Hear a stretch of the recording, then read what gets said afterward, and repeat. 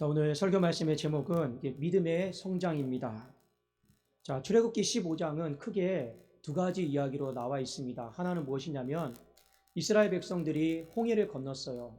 홍해를 건너서 그 감격이 너무나도 컸기 때문에 그들이 누가 알려주지도 않았지만 하나님은 위대하시다라고, 하나님은 전능하시다라고 정말 마음을 다해서 찬송하는 그 장면이 바로 15장의 전반부이고, 또 출애굽기 15장의 후반부는 어떤 내용이냐면 그들이 사흘길을 갔는데 물이 다 떨어졌어요. 그리고 물을 찾아서 갔는데 마라라고 하는 지역에 이르렀는데 그곳마저 물이 써서 못 마시는 거예요. 그리고 그들이 하나님 앞에 원망하고 불평하는 그 장면을 볼 수가 있습니다. 내용이 한 장에 하나는 좋은 내용이고 한 장에 하나는 아주 안 좋은 내용으로 나와 있는 것입니다. 그리고 이것이 우리에게 주시는 메시지가 무엇인가를 저와 여러분이 한번 좀 살펴볼 수 있기를 원합니다. 먼저 전반부의 내용입니다. 이들이 홍해를 건너고 나서 얼마나 마음이 들뜨고 기쁘고 감격이 되었는지 15장 11절에 이렇게 하나님 앞에 찬송을 드립니다. 여호와여, 신중에 주와 같은 자가 누구니이까? 주와 같이 거룩함으로 영광스러우며 찬송할 만한 이엄이 있으며 기이한 일을 행하는 자가 누구니이까? 쉽게 말씀드리면 하나님이 최고시다라는 거예요. 물론 우리가 하나님이 최고이십니다라고 하는 거 성경을 통해 알고 있습니다. 그런데 그렇게 지식적으로 아는 최고와 우리의 삶에 어떤 응답을 받아서 기적을 경험해서 이야, 하나님이 최고다, 하나님이 멋지다, 이건요 차원이 다른 거 아니겠습니까? 그들이 하나님이 최고이십니다라고 하는 건 삶을 통해서 경험하고 그들이 자원하는 마음으로 자발적으로 하나님 앞에 고백하는 거예요. 그런데 이 하나님이 최고이십니다라고 하는 고백이 한두 사람만 한 게 아니에요. 그 이스라엘 백성들이 정말 집단으로 마음과 뜻과 정성을 다해서 하나님 앞에 찬송을 올려드리고 있는 거예요. 근데 문제는 뭐냐? 출애굽기 15장 이 후반부에 가니 이들이 홍해를 건넌 직후에 공식적으로 하나님 앞에 불평과 원망을 터뜨리는 장면을 우리가 볼 수 있습니다. 그럴 수밖에 없겠죠. 출애굽하고 나서 나름대로 이 동물 가죽에다가 물을 쌓았는데 그 물이 시간이 지나면 지날수록 소비가 되잖아요. 그리고 물을 얻을 장소를 찾아가야 되는데 없어요. 사람이 목마르면 어떻게 합니까? 갈증이 생기죠. 힘들죠. 그러면서 서서히 불평이 찾아오기 시작합니다. 참아야지 하다가도 또 불평이 나오는 거예요. 그런데 하나님이요 한 길로 이끄셨어요. 그 길이 어디입니까? 바로 마라라라고 하는 그 길로 이끌었습니다. 거기 갔더니요 물이 있어요. 근데 그 물이 먹어봤더니 써서 못 먹는 거예요. 그러니까 이스라엘 백성들이 더 화가 나는 거예요. 세상에 속된 말로 말하면 하나님이 우리를 골탕 먹인다. 물이 없어가지고 그렇게 물 달라고 했는데 물이 있는 곳으로 인도했는데 마셨더니 못 먹는 물이에요. 그러니 굴기둥 구름기둥 따라가면서 하나님이 잘해주실 거야, 하나님이 잘해주실 거야 하고 따라갔는데 결국에 못 먹는 물만 나와요. 그러니 더 허탈하고 그 참아왔던 원망과 불평이요 그냥 순식간에요 확 다 터져버리는 거예요. 오늘 그 두 가지 내용이 출애굽기 15장의 전반부에 후반부에 나와 있는 것입니다. 자, 이들이 이뤘던 지역 마라를 한번 우리가 좀 살펴보기를 원합니다. 23절에 보니까 마라에 이르렀더니 그곳 물이 써서 마시지 못하겠으므로 그 이름을 마라라 하였더라. 얼마나 썼으면 그니 마라라고 했겠습니까? 이 마라는요 쓰다, 괴롭다라는 거예요. 그래서 이 마라는 고통의 상징입니다. 정말 못 먹는 물이었어요. 그냥 먹자마자 태하고 뱉었고 그 물이 내 이 육신을요 쓰고 상하게 만들었던 그런 물이었습니다. 그래서 그들이 24절에 이렇게 불평합니다. 백성이 모세에게 원망하여 이르되 우리가 무엇을 마실까 하매. 여러분 기억나십니까? 마태복음 6장에 보면 예수님이 이런 말씀하셨죠. 무엇을 먹을까? 무엇을 입을까? 무엇을 마실까? 염려하지 말라고 했죠. 그게 전부 다 이 광야에서 했던 거예요. 오늘 뭐 먹지? 무엇을 마시지? 전부 다 광야에서 했던 그 염려들인데 그 염려들을 이스라엘 백성들이 지금 다 하고 있는 겁니다. 근데 문제는 뭐냐? 바로 이런 겁니다. 방금까지 하나님의 기적을 경험하고 하나님의 홍해를 경험하고 와 했잖아요. 그런데 그게요 세상 말로 말하면 약발이요. 3일은 못 가는 거예요. 3일은 못 가고 어떻게 됩니까? 다 꺼져버려요. 다 무너져버리고 원망과 불평으로 바뀌어지고 있다라는 거예요. 여러분, 방금 전까지만 해도 은혜 받고, 방금 전까지만 해도 내 신앙이 불처럼 뜨거웠어요. 지금요, 이 찬송하는 그 기세를 보면 그 어떤 어려움과 난관이 있어도 헤쳐나갈 것만 같아요. 천하무적 같아요. 그런데 그 천하무적 같은 신앙이 사흘을 못 가서 다 와르르 무너지고 불평과 원망을 했습니다. 왜 그럴까요? 무엇이 그렇게 만들었을까요? 환경일까요? 사람일까요? 아닙니다. 믿음이 없어서 그런 거예요. 믿음이 없어서 여러분 무너져서 그런 거예요. 여러분, 우리의 삶은 정확하게 아셔야 됩니다. 믿음을 잃어버린 순간 우리는 다 무너지게 되어 있습니다. 그러나 믿음이 있으면요, 어떠한 시련과 어떠한 환난도요 다 견디고 감당하고 버티게 되어 있습니다. 삶도 마찬가지예요. 얼마나 힘드냐, 그게 문제가 아닙니다. 얼마나 우리의 삶에 믿음이 있느냐 없느냐, 그게 문제인 거예요. 믿음이 있으면 버텨요. 믿음이 있으면 감당해요. 그러나 믿음이 없었잖아요. 그 어떤 걸 좋은 환경을 가지고 와도 다 무너질 수밖에 없다라고 하는 것입니다. 이게 무너진 이유가 바로 믿음이 없어서예요. 엄밀하게 말하면 이스라엘 백성들이 400년 동안 종살이하고 무슨 믿음이 있겠습니까? 그렇죠? 그들에게 믿음은 딱 하나였어요. 힘들고 어려우면 하나님 살려주세요. 힘들고 어려우면 하나님 도와주세요. 그들에게 믿음은 힘들고 어려울 때마다, 고통당할 때마다 하나님 살려주세요. 그래도 하나님 믿음으로 보셨는데 이 믿음은 정말 약한 믿음이에요. 진짜 여러분 믿음은 무엇입니까? 십자가입니다. 하나님, 내 삶을 하나님 앞에 드리겠습니다. 내 삶은 하나님 앞에 헌신하겠습니다. 그게 우리의 삶의 진짜 믿음 아닙니까? 여러분, 그런데 힘들고 어려울 때마다 살려달라고 이 정도의 믿음은 있었는데 이스라엘 백성들에게 이 400년 동안 이 믿음 외에는 넘어가지를 못한 거예요. 그러니 어떻게 됩니까? 주님 보시기에 믿음이 너무 약해요. 뿌리가 약해요. 그러니까 조금만 어렵고 조금만 힘들어지면 불평이 터지고 원망이 터질 수밖에 없는 것입니다. 그래서 하나님이 계획을 세우셨어요. 훈련시켜야겠구나. 믿음이 성장할 수 있도록 훈련시켜야겠구나. 왜요? 이 믿음이 성장하도록 훈련을 안 시켜놓으면 적과 꿀이 흐르는 땅에 가지도 못해요. 그리고 어떻게 됩니까? 가는 내내 불평하고 가는 내내 원망하는 거예요. 그러니까 하나님이 어떻게 하십니까? 안 되겠다. 믿음에 훈련시켜야겠다. 이들의 믿음을 성장시켜야겠다. 그래서 오늘 출애굽기 15장 말씀에 보면 하나님이 이들의 믿음을 훈련시키고 성장시키는 그 방법들을 우리가 볼 수가 있습니다. 여러분, 우리 주변에 보면 불평, 원망 잘하는 사람이 있죠. 있습니다. 불평, 원망은요, 어떤 것은 습관 때문에 그래요. 습관을 따라도 불평과 원망이 입에 배인 사람도 있습니다. 그런데요, 정말 불평과 원망은 왜 생기는지 아십니까? 믿음이 없어서 생기는 거예요. 왠지 아십니까? 똑같은 상황입니다. 그런데 믿음이 있잖아요. 아, 하나님이 길을 내시겠구나. 믿음이 있으면 하나님이 광야를 샘물로 바꾸겠구나. 믿음이 있으면 하나님이 홍해를 보니 없는 길도 만드시겠구나. 당연히 믿음이 있는 사람은 불평과 원망이 나오지가 않아요.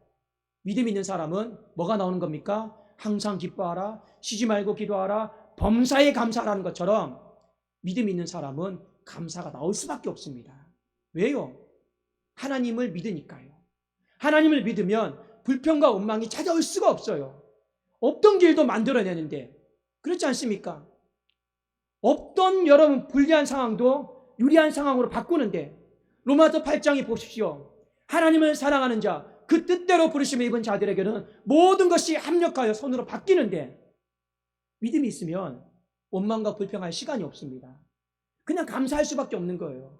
근데 결국에 왜 원망과 불평을 하느냐? 믿음이 너무 약해서 그래요. 믿음이 너무 부족하기 때문에 원망과 불평을 하는 것입니다. 그래서 하나님이 훈련시켜야겠다. 이 믿음을 성장시켜야겠다라고 오늘 말씀을 하시는 겁니다. 그래서 훈련을 시키는 방법을 보니까 두 가지를 가지고 하나님이 훈련을 시키셨습니다. 그 두 가지가 무엇인지를 우리가 잘 새겨드셔야 되는 거예요. 먼저 훈련을 시킨 장소를 아셔야 됩니다. 어디에서 하나님이 훈련을 시켰느냐? 광야 중에서도 이 마라라고 하는 이 지역에서 하나님이 훈련을 시켰어요. 마라가 무엇입니까? 이 물이 써서 못 마시는 곳이에요. 그런데 하나님이 모세에게 이렇게 말씀하셨습니다. 한 나무가지를 꺾어다가 거기에 던져라. 그러면 그 물이 쓴물이 단물로 바뀔 것이다. 그것이 바로 마라의 쓴물이 단물로 바뀌어진 기적입니다. 그런데 이 쓴물이 의미하는 것과 이 단물이 의미하는 것이 있어요. 쓴물은 우리가 보통 이런 말 하죠. 죽을 맛이다. 죽을 맛이다. 그냥 죽겠다. 우리요, 그런 말들 참 많이 하죠. 피곤해서 죽겠다. 힘들어서 죽겠다. 우리는 이 죽겠다 죽겠다 소리 참 많이 합니다. 여러분, 쓴물이다라고 하는 거 바로 그런 거예요. 죽을 맛이다. 그냥 죽겠다. 그런데 여러분, 단물은 무엇입니까? 살맛 나는 인생이다. 소망이 있다. 그냥 기쁘다. 행복하다. 그게 바로 단물입니다. 그것이 바로 마라에서 이루어진 역사고 기적이에요. 그 죽을 맛 나는 인생을 하나님의 살맛 나는 인생으로 바꿔주신 거예요. 그런데 하나님이 물만 바꾸신 게 아니라 오늘 성경 말씀 25절에 보니까 이렇게 말씀을 하셨습니다. 제가 한번 읽어드릴게요. 그가 물에 던지니 물이 달게 되었더라. 거기서 여호와께서 그들을 위하여 법도와 율례를 정하시고. 여러분, 이게 무엇인지 아십니까? 하나님이 물이 쓴물에서 단물로 딱 바뀌었는데 그때 딱 하나님이 뭘 주시는 거예요? 하나님의 말씀을 주신 거예요. 하나님이 딱 말씀을 딱 주신 겁니다. 기회를 놓치지 않고. 그래서 하나님이 교육을 시키는 거예요. 이때 주어진 말씀은 우리가 시내산에서 받은 어떤 문서화된 말씀은 아니에요. 근데 이때 주신 말씀은 문서화된 말씀은 아니지만 그 이전에 하나님이 어느 정도 알아먹기 쉽게, 알아듣기 쉽게 말씀을 주셨어요. 그런데 어떤 의미로 말씀을 주셨습니까? 말씀이 힘이 있다라는 거예요. 그 말씀이 그러면 어떤 힘이냐? 바로 쓴물과 같은 죽을 맛 나는 그 인생을 단물처럼 살맛 나는 인생으로 바꾸는 것이 바로 하나님의 말씀이다. 그걸요 하나님이요 가르쳐 주신 거예요. 그래서 성경에 에스겔 37장 4절 5절에 보면 우리가 잘 알고 있는 말씀이 있습니다. 제가 한번 읽어드릴게요. 또 내게 이르시되 너는 이 모든 뼈에게 대언하여 이르기를 너희 마른 뼈들아 여호와의 말씀을 들을지어다. 주 여호와께서 이 뼈들에게 이같이 말씀하시기를 내가 생기를 너희에게 들어가게 하리니 너희가 살아나리라. 마른 뼈가 있어요. 그 죽음의 냄새가 오래 나는 뼈들이 있습니다. 그런데 다시 살아났어요. 어떻게 살아났습니까? 오늘 말씀해 보니까 하나님의 말씀으로 인해서 살아난 줄로 믿습니다. 여러분, 맞아요. 말씀은요 힘이 있다라는 거 하는 걸 우리가 믿으셔야 되는 거예요. 성경 읽을 때 어떤 마음으로 읽어야 되느냐, 설교를 들을 때 어떤 마음으로 말씀을 들어야 되는지 아십니까? 그 말씀이 힘이 있다라고 하는 마음을 가지고 믿음을 가지고 성경을 읽으셔야 되고 그 하나님의 말씀을 들어야 되는 거예요. 어떤 힘입니까? 죽을 맛 나는 인생을, 죽을 수밖에 없는 인생을 그 말씀이 생기를 불어넣어줘서 우리를 살맛 나는 인생으로, 단물 나는 인생으로 바꿔준다. 그걸요 믿는 거예요. 이 믿음이 이스라엘 백성들에게 아직까지는 없었어요. 우리가 조금 더 광야의 행진을 하다 보면 이제 다음 장에 시내산에서 하나님의 계명과 말씀을 받는 장면이 나옵니다. 그 말씀은 다 축복의 말씀이에요. 은혜의 말씀이에요. 그런데 하나님은 그들이 어떤 마음으로 하나님의 말씀을 받기를 원하는지 아십니까? 껍데기만 받기를 원하는 게 아니에요. 그냥 문서만 받기를 원하는 게 아니에요. 이미 여기서 교육을 시켰잖아요. 하나님의 말씀은 힘이 있습니다. 하나님의 말씀은 권능이 있습니다. 그 말씀을 우리에게 주심을 감사합니다라고 그 마음으로 하나님의 말씀을 받기를 원하고 있는 거예요. 여러분 기억하십시오. 우리의 인생 가운데 훈련이 되어야 될 부분이 있습니다. 믿음이 성장해야 돼요. 믿음이 성장하기 위해서는 어디 가서 공부를 많이 배우고 그런다고 해도 믿음이 성장되는 게 아닙니다. 정말로 믿음이 성장되는 건요, 죽음이 생명으로 바뀌는 걸 경험해야 돼요. 쓴물이 단물로 바뀌는 걸 경험해야 돼요. 그걸 봐야 돼요. 그래야지만이 내 믿음이 성장되는 거예요. 그런데 그것을 경험하게 하는 그 증거가 무엇이냐? 바로 하나님의 말씀이다라는 거예요. 여러분들, 하나님의 말씀에 대해서 어떠한 태도를 취하고 있습니까? 어떠한 마음을 가지고 있느냐라는 거예요. 한국교회가 옛날에, 지금은 여러분 많이 그렇진 않지만 한국교회가 옛날에는요, 목회자를 상당히 많이 존경을 했습니다. 두 가지 이유 때문에 그래요. 하나는, 목사님은 하나님의 말씀을 대언한다. 그 거룩한 직분을 갖고 있는 사람이다. 그래서요, 많이 존경을 했고, 또 하나는 목사님은 모든 것을, 우리는 못 내려놓는 것을 내려놓는다. 이 두 가지 사실 때문에 한국교회 목회자들이요, 상당히 많이 존경을 받아왔습니다. 두 번째 것은 변론을 하더라도 첫 번째 부분만 오늘 말씀과 관련이 있기 때문에 봅시다. 말씀에 대하는 태도는 하나님을 대하는 태도와 같습니다. 여러분, 그렇다고 해도 목사를 하나님처럼 섬기라고 하는 것 절대 아닙니다. 그만큼 그래도 우리 한국교회 신앙 중에 한 가지 잘했던 것이 무엇이냐? 말씀을 귀하게 여겼다라는 거예요. 하나님 말씀처럼 소중하게 여겼다라는 거예요. 그런데 다시 한번 우리가 이 부분이 회복이 돼야 되는 것입니다. 오늘날 교리 모르는 사람 없어요. 성경 지식 잘 모르는 사람 없습니다. 어느 정도 유튜브만 틀어보고 다 보면요, 더 좋은 설교도 얼마나 많이 있습니까? 내 길을 즐겁게 하는 말씀들 얼마나 많이 있습니까? 그게 중요한 게 아니고요, 그걸 들었다고 해도 내 믿음이 성장하는 게 아닙니다. 진실로 중요한 것은 하나님의 말씀이 힘이 있다라는 거, 내 죽을 인생을, 쓴물 나는 인생을 단물 나는 인생으로 바꾸신다라는 거, 그걸요 믿어야 돼요. 믿고 내가 말씀을 읽고 믿고 내가 말씀을 받는 거예요. 그러면 그 사람의 인생 가운데 마라의 쓴물이 단물로 바뀌어지는 역사들이 일어나는 것입니다. 그래서 히브리서 기자는 이렇게 이야기하고 있죠. 하나님의 말씀은 살았고 운동력이 있어서 좌우의 날선 어떤 것보다도 예리해서 혼과 영과 관절과 골수를 찔러 쪼갠다 했습니다. 이 뭐예요? 내 몸에 칼이 들어가는데, 우리 병원에서 내 몸에 칼이 들어갈 때가 언제입니까? 수술할 때 아닙니까? 왜 의사가 수술합니까? 살리려고 수술하는 거 아니겠습니까? 마찬가지로 하나님의 말씀, 성령의 검이 내 몸 안에 들어가는데, 그 말씀은 어떤 힘이 있다고요? 내 죽을 육신을, 내 더러운 암덩어리들을, 내 더러운 모든 것들을요 다 도려내시고 하나님이 살려내는 그 힘, 바로 그것이 말씀이다. 우리가 그것을 믿고 내가 그 말씀을 받아들이고 듣는 것이죠. 그러면 어떻습니까? 믿음이 성장해요. 그래서 사도 바울이 이런 말하죠. 믿음은 들음에서 나고 들음은 그리스도의 말씀으로 말미암되는데, 이거는 껍데기로 들어서 생기는 게 아닙니다. 머리로 채워서 생기는 게 아닙니다. 말씀에 힘이 있고 말씀에 능력이 있고, 그 말씀이 물이 변하여 포도주가 되게 하는 것처럼 쓴물을 단물로 바꾸는 그 힘이 있다라고 하는 것을 믿고 그 말씀을 들으면 우리 안에 믿음이 성장하게 될 줄로 믿습니다. 그게 필요한 거예요. 이 부분에 있어서 훈련을 하셔야 되는 겁니다.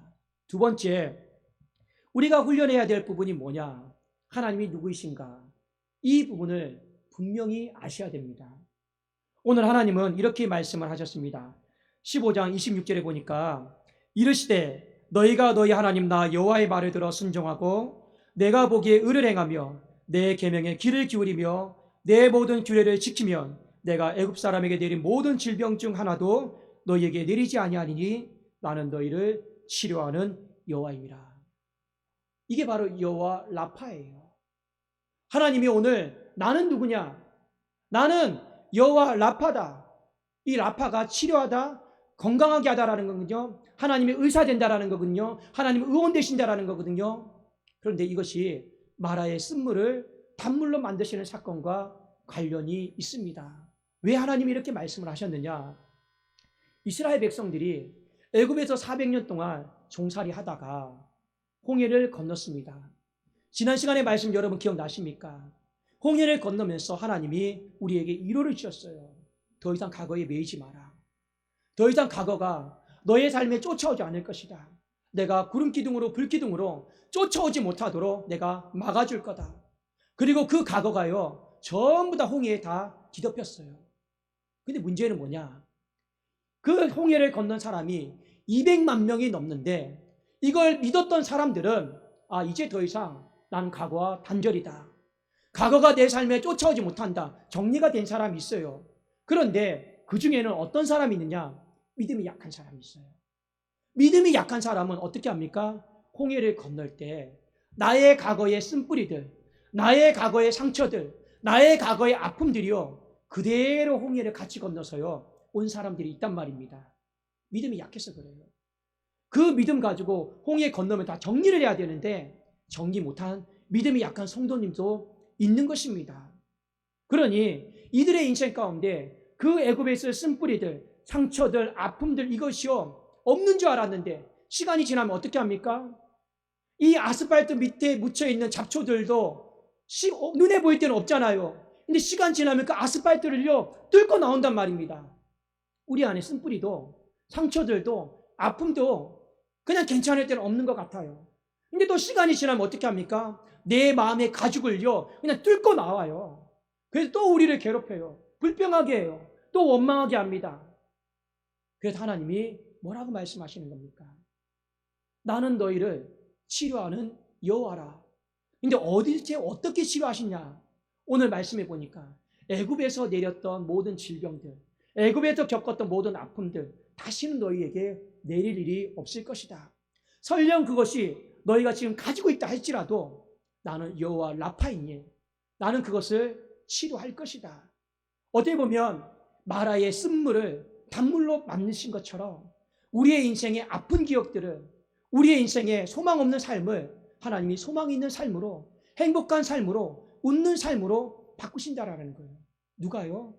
하나님이요. 왜 하나님이 이 부분을 미리 말씀하신지 아십니까? 인생이요 시간이 지나니까 어떻게 하느냐? 눈에 보이는 우상 찾아다닙니다. 눈에 보이는 우상 찾아다니면서 그것 가운데 내 인생을 걸어요. 그리고 그것이 내 삶을 행복하게 할 것처럼, 내 삶의 미래를 책임져 줄 것처럼 그렇게 바라보면서 산단 말입니다. 여러분 신앙생활 하는 것 중에 어려운 것 중에 하나가 무엇인지 아십니까? 하나님 눈에 안 보인다라는 거예요. 하나님이 눈에 안 보이는데 그게 우리 안에 힘든 점이에요. 하나님은 영이셔서 눈에 안 보여요. 그렇다고 해도 하나님이 안 살아계십니까? 살아계신데 안 보여요. 이게 여러분 힘든 거죠. 우리는 살아계시면 눈에 보여야 되잖아요. 근데 하나님은 살아계신데 눈에 안 보입니다. 근데 성경은 우리에게 뭐라고 말하고 있습니까? 하나님을 바라보라고. 안 보이는데 어떻게 바라봅니까? 보는 방법이 딱 한 가지밖에 없습니다. 믿음으로 하나님 바라보는 것 외에는요 하나님을 볼 수 있는 길이 없어요. 그런데 하나님은요 여러 가지 것들이 있지만 오늘 이스라엘 백성들에게 이 마라의 쓴물을 단물로 바꾸는 그 현장 속에서 하시는 말씀 딱 한 가지입니다. 나는 너희들을 죽을 인생으로 인도하는 자가 아니다. 설령 너희들의 인생이 죽을만 나는 그런 상황 가운데 놓인다 할지라도 나는 살만 나는 인생으로 바꾸는 여호와 라파다. 치료하는 하나님이다. 그걸요 하나님은 바라보고 믿기를 원했습니다. 여러분 이 믿음만 있어도요 우리가 앞을 헤쳐나가기에 큰 어려움이 없습니다. 질병이 걸렸습니까? 의사가 포기했습니까? 내 육신의 몸을 진단하면서 의사가 더 이상 소망이 없고 가망이 없다라고 사형 선고 내렸습니까? 우리 그런 사형 선고들을요 의사들에게 병원에 가서 많이 받습니다. 그럼에도 불구하고 우리가 이 광야 생활을 살아가면서 여호와 라파의 하나님을요 바라보셔야 되는 거예요. 그 하나님이 무엇입니까? 써서 다 뱉어버리는 인생이에요. 못 먹는 인생이에요. 그럼에도 불구하고 그분은 뭐라고 말씀하셨습니까? 너희들의 인생을 죽을만 나는 인생으로 평생 내버려 두지는 않겠다. 살만 나는 인생으로 너희들의 인생을 내가 만들겠다. 누가요? 우상이 아니고 세상에 헛된 것이 아니고 바로 여호와 라파, 여호와 하나님이 그렇게 만드시겠다 하신 거예요. 여러분 가정의 자녀를 보면 소망이 없어 보입니까? 죽을만 나는 것처럼 느껴지십니까? 그런 마음 갖지 마세요. 하나님이 여호와 라파라고 말씀하셨습니다. 그 자녀의 믿음의 대도 세울 것이고 대문도 열어주실 것이에요. 우리는 그걸 믿음으로 바라보셔야 되는 거예요. 아, 내 자녀는 이제 나이가 들었으니 결혼을 못할 거다. 그런 마음 갖지 마십시오. 하나님의 계획이 있음을 믿고 그분의 계획이 무엇입니까? 여호와 라파라고 하지 않았습니까? 쓴물 나는 인생을, 죽을만 나는 인생을, 소망 없는 인생을 단물 나는 인생으로 하나님이 바꾸시겠다. 그 중심에 내가 있다라고 하나님이 말씀하지 않았습니까? 이스라엘 백성들이요, 광야의 길을 걸어가면서 이 두 가지만 잘 믿고 걸어가도 큰 문제가 없습니다. 왜요? 광야는 사방이 쓴물이에요. 사방이 여러분 전갈이고 뱀이에요. 나를 죽이려고 하는 것들이요 기다리고 있어요. 그게 바로 세상이고 광야입니다. 그리고 우리는 알게 모르게 우리는 죽었다, 힘들다, 소망 없다.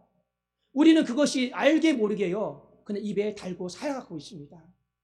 그리고요 거두는 것이 있어요. 내 아픔의 상처들이, 쓴뿌리들이요 지금의 힘든 상황과 또 맞물려 버리면 이 불평과 원망이요 한도 끝도 없이요 터져 나와요. 그러다 보면 뭐가 문제가 생깁니까? 믿음이 와르르 무너져 버려요. 믿음이 너무나도 쉽게 무너져 버리는 사람들이 많이 있습니다. 그러나 여러분 기억하십시오. 믿음의 사람은요, 하나님의 백성들은 믿음 무너지면 끝장입니다. 믿음이 무너지잖아요. 더 이상 걸어갈 수가 없어요. 더 이상 우리 인생 가운데 비빌 언덕이 없는 것입니다. 그래서 하나님은 우리가 이 믿음이 무너지지 않고 성장하기를 원하고 계시다라고 하는 것을, 그 아버지의 마음을요 우리가 아셔야 되는 것입니다. 여러분 기억하십시오.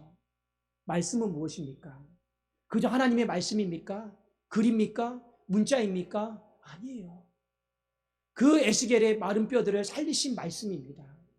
죽음의 뼈들을 다 포기한 사람들을, 안 된다라고 사형 선고받은 인생들을 그 말씀이 다시 단물 나는 인생으로 살리는 줄로 믿습니다. 우리 그것을 믿어야 돼요. 그걸 믿고 말씀을 들으시고, 그걸 믿고 여러분이 말씀을 읽으십시오. 그러면 무엇이 일어나느냐? 마라의 쓴물이 단물로 바뀌어지는 역사를 경험하는 거예요. 또 하나, 여러분의 인생 가운데 하나님에 대해서 우리가 호칭들이 참 많아요. 뭐 하나님은 우리의 인생의 목자가 되시고, 하나님은 우리와 함께 계시고, 임마누엘 하시고, 여러 가지 하나님의 호칭들에 대한 믿음의 고백들이 많이 있습니다. 그런데 하나님이 오늘 홍해를 건너서 정말로 이 사람들에게 내가 누구인지, 나를 어떻게 소개해야 되는지 하나님도 얼마나 많이 있겠습니까? 그렇잖아요. 그런데 하나님이 그 중에서 가장 첫 번째로 하나님이 자신을 이스라엘 백성들이 이렇게 소개를 했습니다. 여호와 라파, 나는 너희를 치료하는 하나님이다. 왜 그 수많은 소개 중에서 하나님은 그렇게 하셨을까? 그것이 중요하니까요. 우리 성도님도 마찬가지입니다. 하나님은 절대로 우리를 죽게 내버려 두시는 분이 아니십니다. 하나님은 어떤 분이십니까? 너 평생 죽겠다, 죽을 만 나는 인생으로 너 살아가라, 고통 속에 살아가라, 그러시는 분이 아닙니다. 하나님의 본래 속성이 자녀들이 근심하고 괴로워하는 걸 아버지가 못 보시는 분이에요. 하나님은 우리가 생육하고 번성하기를 원하시는 분이에요. 교회도 마찬가지입니다. 우리 교회를 향해 우리 재산은 딱 하나밖에 없습니다. 여러분, 땅이 재산이 아니에요. 오해하지 마세요. 건물이 절대 재산이 아닙니다. 우리가 앞으로 살아가면서 우리의 재산은 딱 하나밖에 없습니다. 바로 하나님 자신이에요. 하나님이 이 죽을 교회를요 살려주실 거다라고 하는, 살리시는 분, 바로 하나님 한 분밖에 없다라는 것이 우리의 유일한 재산인 거예요. 우리 그걸 바라보면서 하나님 우리 교회를 부흥시키겠구나, 우리 교회를 성장시키겠구나 나가는 것입니다. 여러분의 가정도 부모님이 자녀를 향해서도 그 한 가지 소망을 가지세요. 하나님이 내 자녀의 인생을 반드시 살맛 나는 인생으로 바꾸실 것이다. 우리 여러분 청년들도 마찬가지입니다. 길이 안 보인다고요? 답이 안 보인다고요? 맨날 죽을 맛이라고요? 아닙니다. 하나님이 내 인생을 책임져 주시고, 어느 정도로 책임져 주시느냐? 살맛 나는 인생으로 책임져 주실 것입니다. 이 믿음을 가지고 나가셔야 되는 거예요. 그건 목사가 만드는 것도 아니고, 사람이 만드는 것도 아니고, 정치인들이 해주시는 것도 아닙니다. 여호와 하나님, 여호와 라파 대신 그 하나님께서 만들어 주시는 거예요. 오늘 믿음의 성장이 되면 우리의 인생 가운데 어떤 일이 벌어지느냐? 오늘 출애굽기 15장의 마지막에 이렇게 결론을 짓고 있습니다. 자, 한번 우리 15장 27절 말씀 같이 한번 한 목소리로 우리 읽도록 하겠습니다. 15장 27절입니다. 시작. 그들이 엘림에 이르니 거기에 물샘 10들과 종려나무 70그루가 있는지라. 거기서 그들이 그 물 곁에 장막을 치니라. 자, 광야 생활하면서 제일 필요한 것이 무엇입니까? 잠자리 문제죠. 광야 생활하면서 잠자리 문제, 불편하면 안 되잖아요. 근데 하나님이 엘림 가운데 이끌어 주셨습니다. 엘림의 뜻이 뭐냐? 상수리 나무고 참나무예요. 그늘진 곳이에요. 그리고 이 엘림은 지금도 물이 잘 나오는 곳이에요. 비가 잘 내리는 곳이에요. 여러분, 가끔씩 길을 지나가다 보면 건물이 나오는데 엘림 하우스가 나옵니다. 엘림 하우스가 있어요. 그게 뭔지 아십니까? 잠자리가 좋은 집이라는 거예요. 물이 잘 나오는 집이라는 거예요. 살기 좋은 집입니다. 그게 엘림이에요. 그 엘림이 뭐냐? 바로 참된 안식과 참된 쉼을 의미하는 것입니다. 하나님께서 이스라엘 백성들에게 말씀하신 거예요. 믿음이 무너지면 우리는 망할 것이다. 그러나 우리가 믿음이 성장하면 그 성장의 방법은 말씀드렸고, 우리의 믿음이 무너지지 않고 끝까지 성장하면 하나님이 우리의 삶을 엘림으로 참된 안식으로 이끌어 주실 것이다. 그래서 우리 주님이 말씀하셨죠. 수고하고 무거운 짐진 자들아, 다 내게로 오라. 내가 너희를 쉬게 하리라. 이게 바로 엘림 아니겠습니까? 누가 주님 안에서 참된 안식과 쉼을 누릴 수가 있을까요? 바로 믿음이 있는 사람입니다. 그런데 하나님은요, 이 세상이 만만하지 않기 때문에 우리의 믿음이 계속 성장하기를 원하고 있는 것이에요. 여러분, 믿음 무너지지 마십시오. 출애굽했을 때, 나왔을 때는 하나님의 군대처럼 나왔다고 했습니다. 하나님의 군대처럼 나왔다는 게 무엇입니까? 군인들의 특징은 딱 한 가지예요. 오와 열이 되어 있는 거예요. 대오와 대열이 있는 거예요. 그런데요, 힘든 상황을 만나면 어떻게 됩니까? 오와 열이 다 무너지게 되어 있습니다. 하나님, 우리가 하나님의 군대로 나왔으면 끝까지 하나님의 군대로 그 거룩한 성에 입성하기를 원하시는 거예요. 불평하고 원망하면 그 오와 열이 다 무너져요.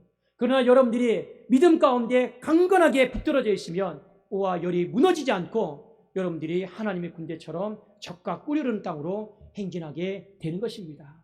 저는 우리 성도님들에게 하나님이 이런 축복을 해주시기를 원해요. 하나님, 불평과 원망으로 내 믿음의 대열이 다 와르르 무너져서 그 엘림의 축복을 경험하지 못하고 적과 꿀이르는 땅을 경험하지도 못하는 그런 불쌍한 인생 되지 마시고, 우리 교회 성도님들이 정말로 믿음이 성장해서 오와 열을 갖추고 그리함으로 말미암아 하나님께서 우리에게 주어주시는 그 엘림의 축복, 그 적과 꿀이 흐르는 땅의 축복에 한 사람도 낙오하지 않고 그대로 안식하고 쉼을 얻는 그런 축복이 있기를 원합니다. 특별히 여러분, 우리가 계속해서 40일 특별 새벽 기도로 하나님 앞에 올려드리고 있어요. 이유는 딱 한 가지입니다. 여러분의 감사가 성장하기를 원하고, 여러분의 회개함이 성장하기를 원하고, 여러분의 그 순종과 헌신이 성장하기를 원해요. 그리고 우리 마지막 주의 주제가 무엇인지 아십니까? 축복과 도약입니다. 성장이 되어지고 그 축복과 여러분 은총을 받을 만한 그릇이 있어야죠. 그 속에서 하나님 앞에 부어줘야지 하나님의 축복을 낭비하지 않는 것 아니겠습니까? 우리 새벽 기도를 통해서도 여러분의 그 믿음이 성장하기를 원합니다. 말씀도 성장하고 감사도 성장하고 회개도 성장하고 순종도 성장하면서 마지막에 하나님께서 그 엘림처럼 축복과 도약을 우리에게 부어주시는 그 은혜가 이 11월과 이 12월에 충만하게 부어지기를 예수님의 이름으로 축원합니다. 기도하겠습니다. 살아계신 하나님 아버지, 감사합니다. 하나님께서 우리를 인도하시면서 그저 쉽게 따라오라고 하시지 않고 훈련시키면서 따라오게 하신 것을 보게 하셨습니다. 때로는 하나님을 따라가는 삶이 순탄한 길이 아니고 이런저런 어려움들이 많다 할지라도 하나님, 내 믿음이 부족하구나, 내 믿음이 연약하구나, 그것을 겸손하게 인정하고 하나님, 내 믿음 도와여 주시옵소서, 내 믿음 성장시켜 주시옵소서. 이 훈련을 잘 받고 우리의 인생의 마지막이 축복과 도약이 되게 하시며 단물 아버지의 살맛 나는 인생 될 수 있도록 교회와 성도님들의 가정과 모든 주의 건속들을 축복하여 주시옵소서. 예수 그리스도의 이름으로 기도드리옵나이다. 아멘.